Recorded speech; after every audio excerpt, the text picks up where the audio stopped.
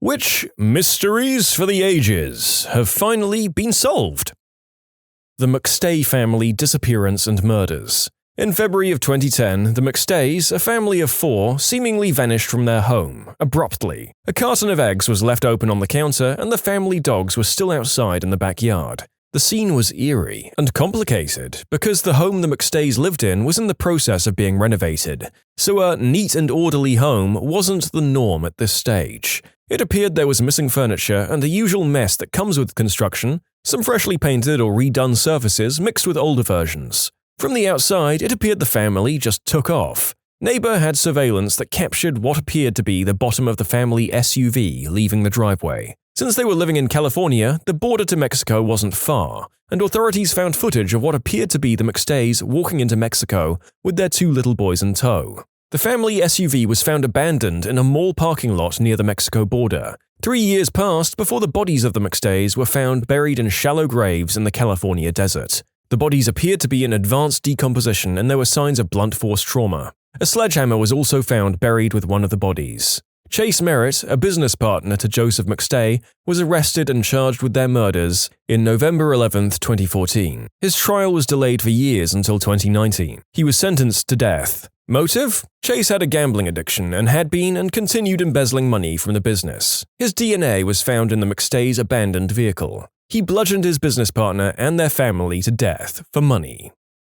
The disappearance of Antoine de Saint-Exupéry, author of The Little Prince, who was also a French reconnaissance pilot during World War II. In 1944, he took off on a reconnaissance mission from Corsica and never made it back, and there was never any evidence of what might have happened to him and his plane. Finally, in 1998, a French fisherman pulled up his net and found wrapped in it a silver bracelet engraved with Saint-Exupéry's name, and in 2004 a diver searched in the area and found the remains of his plane, which had apparently been shot down by a German fighter after all.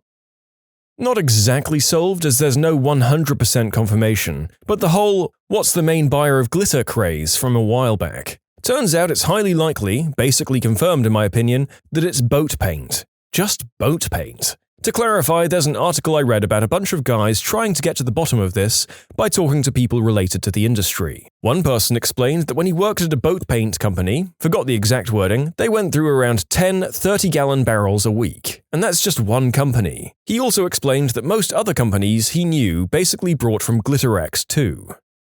That is both an ending I didn't expect and far more tame than I'd hoped, although I don't know what I was hoping for. Some sort of gigantic glitter-faceted underground civilization or a particular body paint kink that half of the world was keeping secret from the rest of us maybe. Adventures with Purpose, a great YouTube channel where a group of divers find missing people underwater after years when the local authorities don't care anymore or just don't have the resources. There once was an urban legend or conspiracy theory about a video game called Polybius. The story goes as such. A mysterious arcade cabinet appeared in Portland, Oregon in 1981, with never-before-seen gameplay. It was captivating to the point of addicting, but that's not all. Many who played the game fell sick or went mad. Some versions of the myth detail that it caused hallucinations and nightmares or drove players to take their own lives. Every version of the urban legend mentioned mysterious men in black who would check on the game every now and again, leading some to believe that this was some kind of government psyop to make people go insane. Several times over the years, it was proven to have not existed, usually by pointing to a lack of contemporary media coverage or an FOIA request that found no records of such a video game. But this left people unsatisfied. If it truly were a psyop, of course these channels would come up blank. It wasn't until a retro gaming YouTuber and journalist called Ahoy, who's a god-tier YouTuber by the way, made a video detailing his investigations. He not only proved it to be false, he found the exact person, place, time, and purpose for which the rumor was created. Honestly, it's one of my favorite watches on YouTube and possibly my favorite documentary ever made. This guy's investigation is captivating and goes into an insane amount of detail. The Windsor Hum.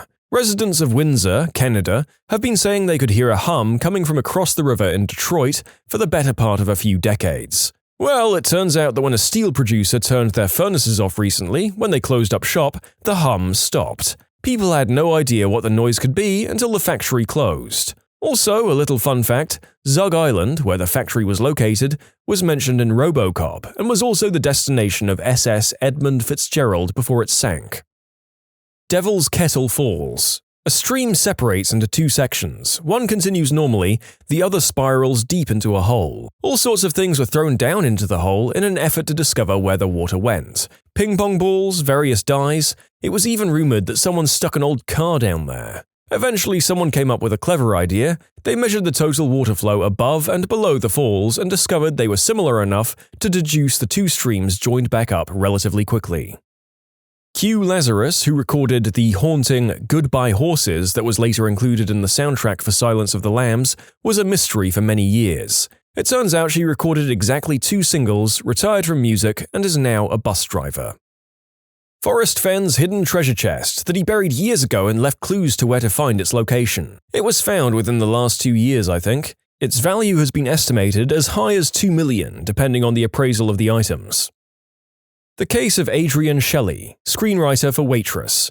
Husband came home to find her hanging in their shower. It was ruled that she had taken her own life. The husband insists she was happy and would never have done that, promoting another view of the crime scene, where they found a shoe print that matched a construction worker in the building. Sure enough, the construction worker went to rob her and he thought he killed her, so he staged a scene to make it look like she ended things herself. And then the hanging ended up being the actual thing that killed her.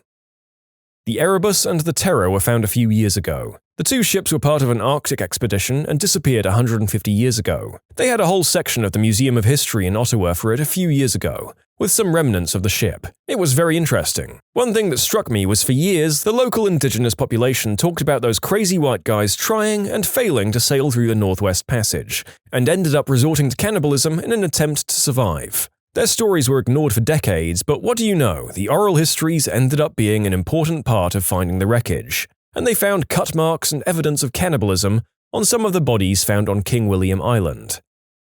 In 1997, a really weird and loud noise was detected underwater, and everyone was all, "What the frick was that?" In 2012, it was determined it was an iceberg breaking and/or rubbing against the seabed.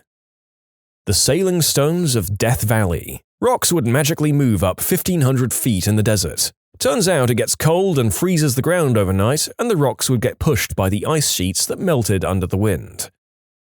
I would probably have assumed it was just very bored and very dedicated pranksters working through the generations, and somehow this amazing scientific phenomenon is kind of disappointing. Benjamin Kyle, man found beaten behind a Burger King with severe amnesia. It was a fascinating mystery until it was solved, then it was kind of sad. He had made TV appearances, had a couple of AMAs on Reddit, but no one could identify him. When his identity was discovered, William Burgess Powell, there was still a gap of 20 years in his life from 1984 to 2004. There's no record he had done anything. He had distanced himself from his family and had no friends, which is why no one recognized or identified him from his TV appearances. When he was saying his name was Benjamin Kyle, it was actually Benjamin. He was actually pretty certain that his name was spelled with 2 A's. How he came to that conclusion when his name is nothing like that is still a bit of a mystery. 1947. A British South American Airways aircraft named Stardust disappeared. Its last message was simply, "Stendeck. Severe turbulence encountered, now descending." After an exhausting search, no trace of the aircraft was found. For years, conspiracy theories and talk of alien abduction by wackos circulated. Until 1998, when mountain climbers on a remote mountain found an engine, pieces of metal, and clothing at the bottom of a glacier on the side of Mount Tupungato. Turns out the aircraft got caught flying the wrong way in the jet stream while it was flying at night and used a system of timing when to start their descent. Being in the jet stream reduced their airspeed in relation to the Earth, and they smacked themselves into the side of a mountain, after which an avalanche covered the wreckage. The wreckage took decades to flow down the sides of the mountain with the glaciers. The glacier preserved the wreck so well that 50 years later, the recovery team found identifiable remains, personal items, and could read serial numbers on the engines. Amazingly, one of the landing gear tires was still inflated, and teams continued to visit the site periodically as more of the aircraft, cargo, and remains of passengers are still emerging from the ice. While it doesn't give us who the Zodiac killer is, just recently his most famous 340 cipher was solved after 51 years. According to Oranshak and the team, the message reads, "I hope you're having lots of fun in trying to catch me. That wasn't me on the TV show, which brings up a point about me. I'm not afraid of the gas chamber because it will send me to paradise all the sooner, because I now have enough slaves to work for me where everyone else has nothing when they reach paradise. So they're afraid of death. I'm not afraid, Because I know that my new life is life, will be an easy one in paradise, death. Dan Rather was attacked and beaten on a New York street by two men who kept demanding, "What's the frequency, Kenneth?" He was rescued by a doorman, and the two guys got away. For years, no one knew who they were. Then a man invaded NBC studios and killed a stagehand. When captured, he explained that the networks were beaming radio messages into his head. He wanted to know the frequency they were using so he could jam the signals. Dan Rather was shown a mugshot and positively identified his attacker. You can submit your own stories to be featured here on the channel. The story submission link is in the description below. And if you want to listen to some vibey music in the background, check out easymode, also linked below, and subscribe. Another science mystery. Back in the 1800s, evolution theorists had predicted the age of the Earth to be several milliard years, since this would have been necessary for the current life forms to have evolved. But Kelvin, the #1 superstar of physics at the time, had used thermodynamics to calculate the age of the Earth based on the temperature of its insides, and he said it was quite a bit younger. This was a mystery for many years and was considered one of the major flaws of then-current evolution theory. It was not until the early 1900s they found the answer. Radioactivity. Decays of uranium and other radioactive elements are heating up the Earth, so the cooling takes longer than expected. The biologists were right all along, but when the scientists who made the discovery were about to present their findings, who's sitting at the back of the lecture room? It's Kelvin! Now an old man, he's still alive and has come to watch their presentation. They were terrified at the idea of having to stand in front of the Lord of Physics himself and basically explain why he was wrong, but to their great relief, he immediately fell asleep. I think about this when I myself fall asleep in physics class. It happens to the best of us.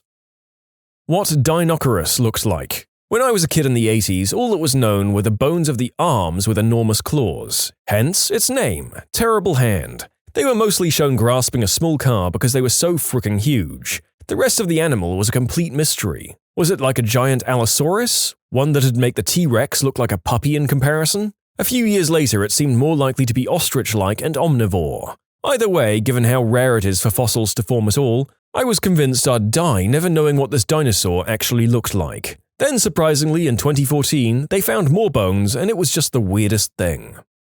This one is strange. A guy is out drinking with friends late at night and leaves. He starts wandering the streets, and a CCTV sees him enter a cul-de-sac. Then he's never seen again. Some think there's foul play, since an accidental death would at least result in a body. But then family and friends reveal that he had a very strange habit of falling asleep in garbage bins when he was drunk. A few hours after he entered the cul-de-sac, the garbage truck came and picked up the bins. Later, after looking at the logs, it turns out that one bin weighed several hundred pounds more than it should have. But that was only recognized after it was too late. Damn. So the guy probably suffocated on trash while drunk or got crushed. Brit here. I seem to remember the police realizing quite early that he was most likely in the dumpster. They searched the landfill for months and unfortunately were not able to recover his body. What a way to go. I mean, is that a Darwin Award? I think for that to qualify, you have to go apply an exotic but ill-advised method to solve a different problem. And what this guy did was just a strange drunken habit. Sad, although you have to wonder how often he was getting plastered for this to be a trademark thing that he did.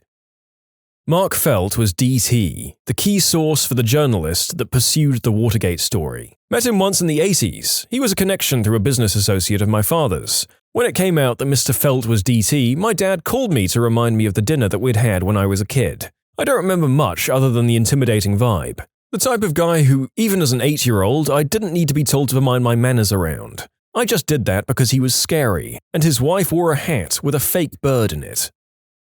So in the early 2000s, someone posted new wave music that had been initially recorded off a German radio station on cassette around 1985. It contained about a minute of a song that became known as Stay, the second time around, that no one seemed to be able to find any more information about. This became a pretty famous earworm internet mystery until 2013 when folks on Reddit discovered the actual song and artist. It turned out it was a song by the Swedish artist Johan Lindell titled Up on the Roof, that never became any kind of hit up until that time, and had never been re-released after the original analog release. El Dorado, or the Lost City of Gold, turned out to be a mistranslation. It was just the name of some guy that got mistranslated to the name of a city. Sounds like exactly what someone who's on the trail would say. The trail that we blaze! They heard stories of a Muisca ritual where their leader would be covered in gold dust and then jump into a lake to sacrifice the gold to the gods. The Spanish called him Golden Man, El Dorado. Eventually, they believed the name referred to a city, not a person. The murders of J. Cook and Tanya von Keulenborg. A couple from Victoria, BC went on a short trip to Washington state in 1987 and were murdered. It remained unsolved until 2018 when a genetic match on the DNA found on Tanya was found. The story was of interest to me as I live in Victoria and remembered the story on the news when the murder happened when I was a young kid. Between 2010 and 2015, I actually worked with her younger brother. He grew up and became a lawyer. Very nice guy, and I was so happy for him when they announced it was solved. The Andreen McDonald case. She and her husband Andre, yes, Andreen and Andre, originally were from Jamaica. They moved up to my town in Texas where Andre was Air Force and Andreen was a bodybuilding business owner. Andre was pretty jealous that Andreen was more successful and was constantly begging and demanding that she make him co-owner of her company. She always said no. One day he'd had it and did away with her. The gym that she frequented every single morning got concerned when she stopped showing up. She was very close with the ladies she worked out with and even gave them a key to her house. She told them that if she ever went missing, that her husband probably did it, and they knew he had an attitude. So one day, while Andre was out, the ladies went to check on Andreen. Her car was there, her wallet was there, but she wasn't. They found blood and hair in her bathroom. That's when the cops were called. Cops showed up when Andre was home and asked about Andreen. He said she was in the hospital. They asked him, if she's in hospital, how come her wallet's here? He responded simply, talk to my lawyer. They got a warrant and were able to search the house further, saw more leftover evidence in the bathroom and evidence of clothes had been found burned in the fire pit in the backyard. But no body. So all they could do was charge him with a missing persons deal. Andre was super snarky about it too. How he'd be proven innocent, how the cops would never catch on. Little did he realize how loved Andreen was, and how much Texas ranchers hate corrupt and snarky murderers. Crowds gathered daily and were given permission to sweep over the rancher's land for any sign of Andreen's body. Just as the crowds started feeling defeated and Andre started to see hope of being released, a rancher was scoping his field. He had heard coyotes out and went to see what could have enticed them. Surely enough, he found human bones, later identified as Andreen. So yeah, proper charges were able to be filed. So some ask why she stayed or why he felt jealous that she was more successful. Remember, they're from Jamaica. The whole point of coming here was to better themselves and bring pride to their families. So she was doing great, but because she was doing so good, his family was kind of looking down on him because his wife was better and more successful than him. Then she stayed with him, mainly because she wanted to try and make sure their daughter's life could be as normal as possible. Sucks that it kind of backfired for her, but now she's being taken care of by her aunt and grandma, who both love and support her. What a grim story. Not that I ever intend to murder anyone, but doing it and then staying put and complacent in a community full of people who suspect you doesn't seem like the smartest move. In the 1970s, a number of Japanese citizens disappeared from coastal areas in Japan. After many years, it was found out that North Korea had abducted them. Most of the missing were in their 20s. The youngest, Megumu Yukata, was 13 when she disappeared in November 1977 from the Japanese west coast city of Niigata. In case anyone else is interested, also go look up the time that Kim Jong-il kidnapped a South Korean director and his actress wife, as well as the special effects team behind Godzilla in order to make his own monster movie, Pulgasari. Where is the Titanic? Most people don't realize that half of the people in the world grew up when the ship's location was still a complete mystery. Now, it's old news. Memories of Murder, a movie based on a true story about South Korea's first serial murderer. A confession was made in 2019 after more than 30 years. He was already in jail for doing the unspeakable act and killing his sister-in-law. Go check the movie, it's a masterpiece. What's the purpose of the appendix, really? Apparently we now know it keeps your good bacteria safe. Well, my appendix tried to kill me. 100 years ago, Viking bones from one of the most important grave finds in Denmark disappeared from the Museum of National History. They were found last week in a box, seemingly misplaced among elements from a different find. Gidus and the Land of Tar. A few years ago, 2017, comedian Nate Fernald posted a tweet of an enamel pin he had bought of a familiar-looking friendly monster with the word Gidus written underneath it. He was unable to find any information on what Gidus is, and the mystery took the internet by storm. The mystery kept growing as someone found a sticker of Gidus alongside other characters, all listed as the Land of Tar. The sticker sheet was from a company called Denison. There were no Google results at all for either Gidus or the Land of Tar. With multiple people researching, that was where the mystery was left off, and people kind of forgot about it. But a couple of years later, it was solved. A podcast was made where they investigated the mystery, got a hold of the former art director of Denison back in the 80s, who referred them to a few potential artists, and they found the daughter of one of the artists who had passed away, and in her father's stuff was the original pencil drawings of the creatures of the land of Tar. It was never anything but those stickers. This internet mystery still appeared on lists for a while as unsolved. The only mystery left is who made the enamel pins, which is still a mystery but not as big as who is this character in this land that seems familiar but there's no record of. I have one that most people seem to not know about. Grand Duchess Anastasia was in fact killed with the rest of her family in 1918. She never escaped, and the several women throughout the 20th century claiming to be her lied. The site of the execution of the Tsar and his family was completely untouched until 1991. Excavation found only 9 of the 11 expected remains. It wasn't until 2007 that 2 further sets of remains were found a small distance away from the previous grave sites. DNA testing found that one of the sets of the remains belonged to Tsarevich Alexei, and the other to one of his sisters. With this find, it proved conclusively that the entire imperial family was in fact executed and buried in 1918. When you subscribe, make sure to hit the bell to turn on notifications. Put the playlist on in the background to finish listening to all the stories, or if you want some vibey music to put on in the background, check out Easy Mode. If you like Am I the Genius, give Am I the Jerk a shot. Everything linked in the description.